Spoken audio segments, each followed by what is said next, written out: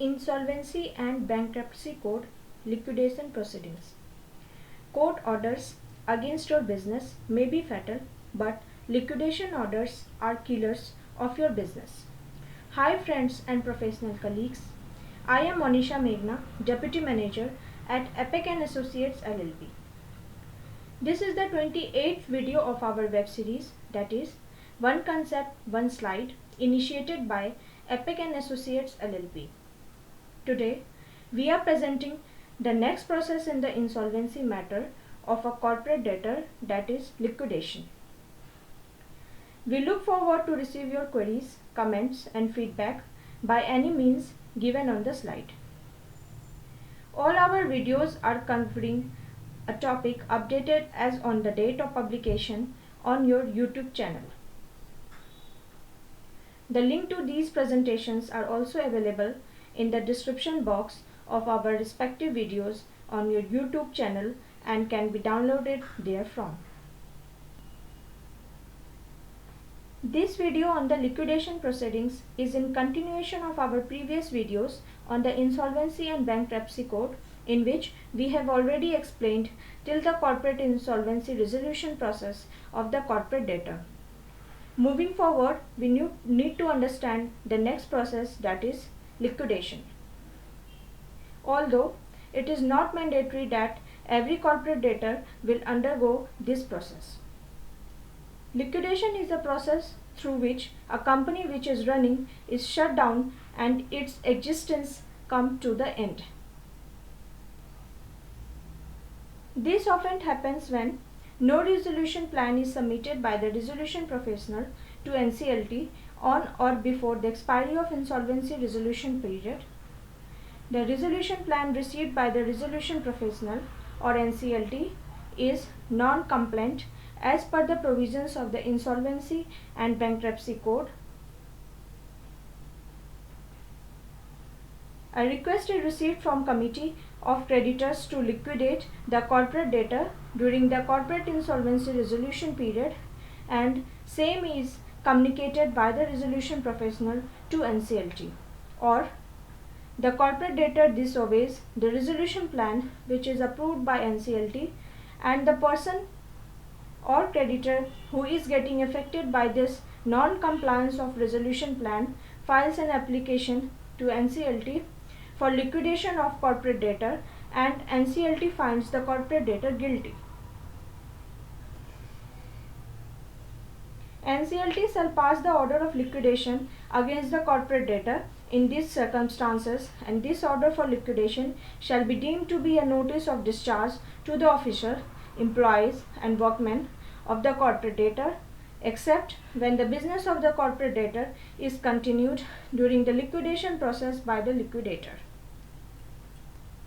After passing of the order of liquidation, the resolution professional appointed for the corporate insolvency resolution process, subject to submission of a written consent, shall act as the liquidator for the purpose of liquidation unless replaced by NCLT. The liquidator shall make a public announcement in Form B within 5 days from his appointment, and shall call upon stakeholders to submit their claims or update their claims submitted during the corporate insolvency resolution process as on liquidation commencement date, and provide the last date for submission or updation of claim, which shall be 30 days from the liquidation commencement date. This announcement shall be published in one English and one regional language newspaper with wide circulation at the location of the registered office and principal office, if any, of the corporate debtor, and any other location where, in the opinion of the liquidator, the corporate debtor conduct material business operation, on the website, if any, of the corporate debtor, and on website, if any, designated by the board for this purpose.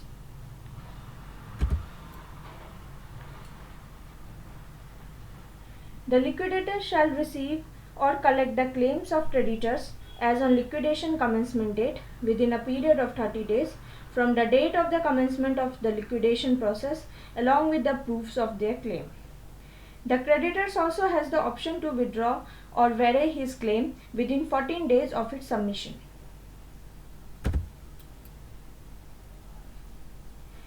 The liquidator shall thereafter verify the claims submitted by the creditor on the basis of the proof submitted by them within 30 days from the last date for receipt of claim, and may either admit or reject the claim in whole or in part as the case may be. The liquidator shall communicate his decision of admission or rejection of claim to the creditors and corporate debtors within 7 days of such admission or rejection of claims. If the liquidator reject any claim, he shall record in writing the reason for such rejection.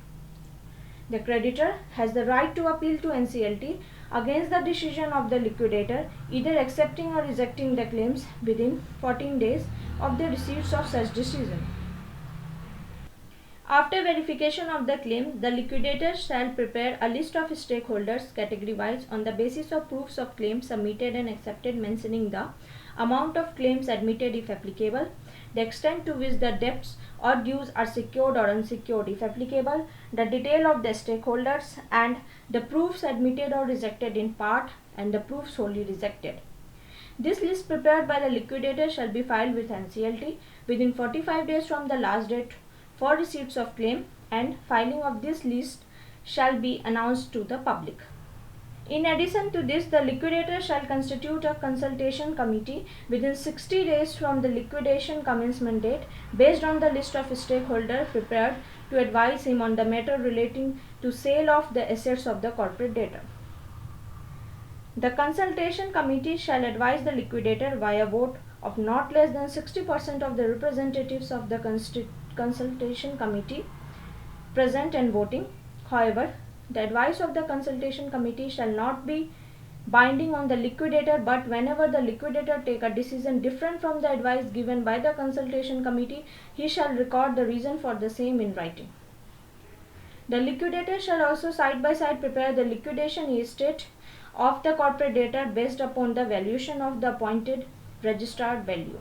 The liquidator is also required to submit a preliminary report to NCLT within 75 days from the liquidation commencement date, detailing the capital structure of corporate debtor, the estimates of its assets and liability as on the liquidation commencement date based on the books of the corporate debtor, whether he intends to make any further inquiry into any matter relating to the promotion, formation or failure of the corporate debtor or the conduct of the business therefore, and the proposed plan of action for carrying out the liquidation, including the timeline within which he proposes to carry it out and estimated liquidation cost. On forming the liquidation estate, the liquidator shall also prepare an assets memorandum within 75 days from the liquidation commencement date. This assets memorandum shall provide the details in respect of assets which are intended to be realized by way of sale, along with their values based upon the valuation of the appointed registered valuers. In addition to this preliminary report, the liquidator is also required to file quarterly progress report with NCLT. The first progress report within 15 days after the end of the quarter in which he is appointed. Subsequent progress reports within 15 days after the end of every quarter during which he acts as liquidator. A progress report shall provide all information relevant to liquidation for the quarter, including appointment, tenure of appointment and cessation of appointment of professionals, a statement indicating progress in liquidation, distribution of the proceeds made to the stakeholders, an asset sale report if sales are made during that quarter, and other details as provided. The report shall also enclose an account maintained by the liquidator showing his receipts and payment during the quarter, cumulative amount his receipts and payments since the liquidation commencement date. It is also provided that progress report for the fourth quarter of the financial year shall enclose audited accounts of the liquidator's receipts and payment for that financial year. During the entire process, if the liquidators come across any preferential transaction, undervalued transaction, extortionate credit transaction, transaction related to onerous property, or any sort of other transactions defrauding the creditors, the liquidator shall report the same to NCLT so that authority may take necessary actions so the smooth conduct of the liquidation process.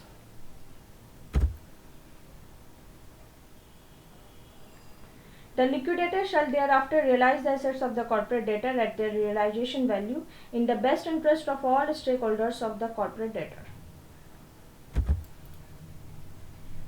The liquidator shall now distribute the proceeds from the sale of the liquidation assets within 90 days from the receipts of the amount to the stakeholders in the manner provided in the priority waterfall chart, that is, firstly, the insolvency resolution process cost and the liquidation cost shall be paid in full.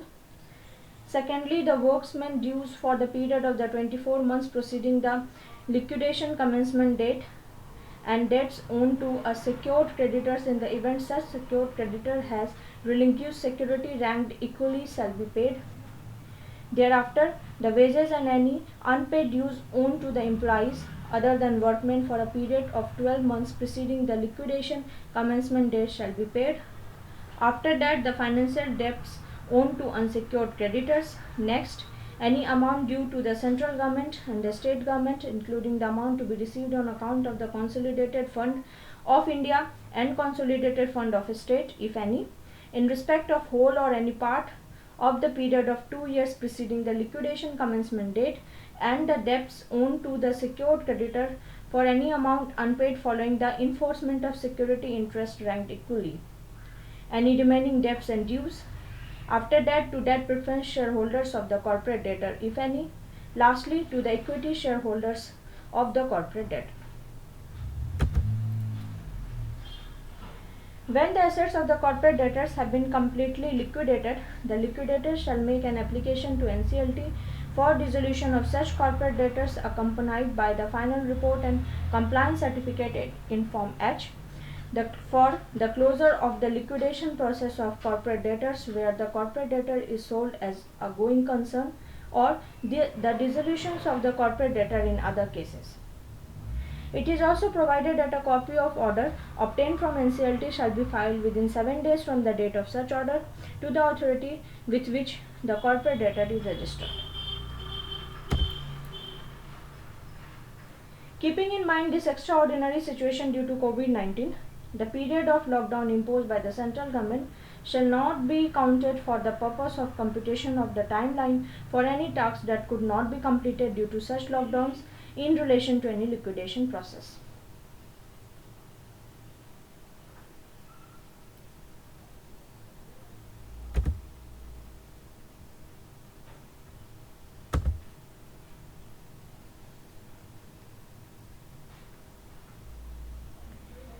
You can refer our videos already published on our YouTube channel.